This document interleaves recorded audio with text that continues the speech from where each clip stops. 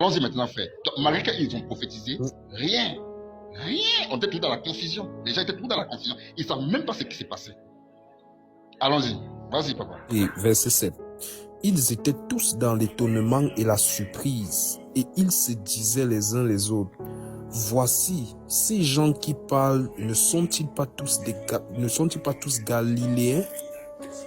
Et comment les entendons-nous dans notre propre langue à chacun, dans notre langue maternelle?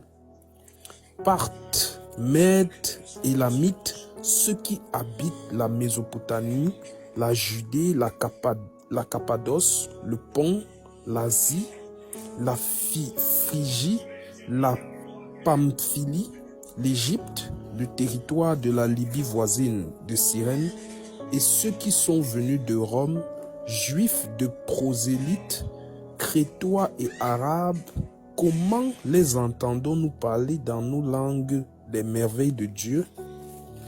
Ils étaient tous dans l'étonnement et ne sachant que penser, ils se disaient les uns les autres. Que vous dit ceci? Je viens.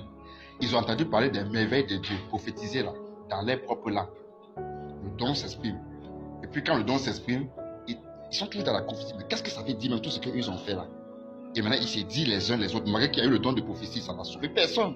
Ils sont tous dans la confusion. Il faut te rappeler, il faut lire le verset avec nous. Ils sont toujours dans la confusion, malgré qu'ils ont prophétisé. C'est vrai qu'on a les pierres et tout le reste, et les maris de Magdala, tout le monde est prophétisé. Tout le monde est parlé en langue, dans leur langue maternelle. Donc le parler, pardon, je peux poser la question? Je viens, ma soeur. S'il te plaît, tu peux laisser, j'ai fini, pour t'en parler en langue. Je risque d'oublier en fait.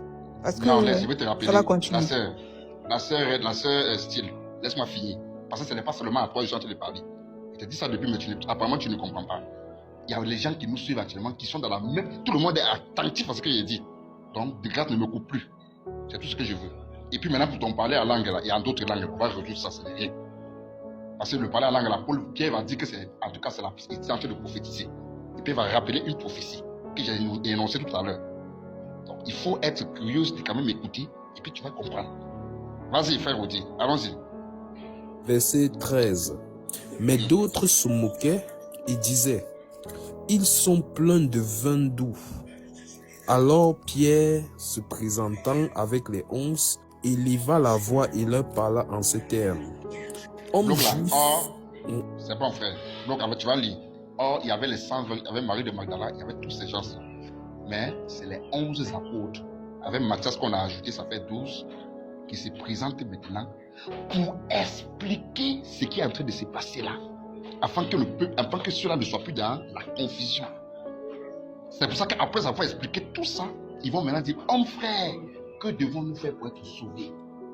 Parce que Pierre va expliquer, malgré que Pierre et les 120 là, ils ont prophétisé. Ils étaient dans la confusion. Je vais te donner comme ça la différence entre le ministère prophétique et le don. Le don, lui, il transmet seulement ce que Dieu a dit. Ça s'arrête là. Peut-être chez les Arabes, là, il y avait quelqu'un qui avait mal au pied il y a 10 ans, et puis sa plaie a été guérie. Et puis, il est en train de comprendre ça dans sa langue, qu'une femme en train de dire ça, elle est en train de prophétiser, elle dit ce qui s'est passé depuis là, elle dit ça, et puis je suis en train de comprendre. Qu'est-ce que ça veut dire? Étant dans la confusion maintenant, le ministère, pas le don, mais le ministère s'exprime. C'est pour ça que c'est les 11 apôtres, les ministres, qui sortent maintenant pour expliquer ce qui est en train de se passer là. Bien, vas-y maintenant frère, continue.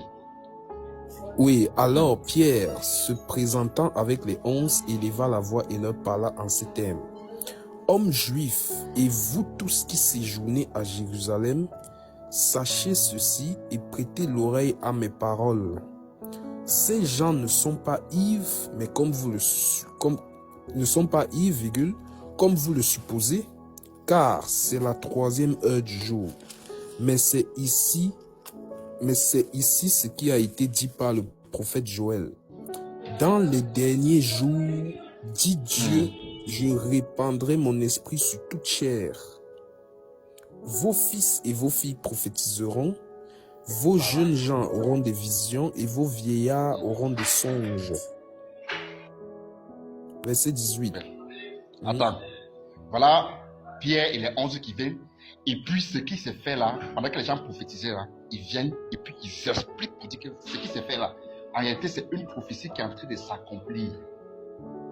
Tu as vu? Pierre ne prophétisait plus, mais il prêche maintenant. Pour expliquer ce qui s'est passé là, afin qu'eux ne règnent plus dans la confusion. Pierre dit la vérité, afin qu'eux, ils doivent être compris, pour qu'ils comprennent ce qui se passe en réalité là.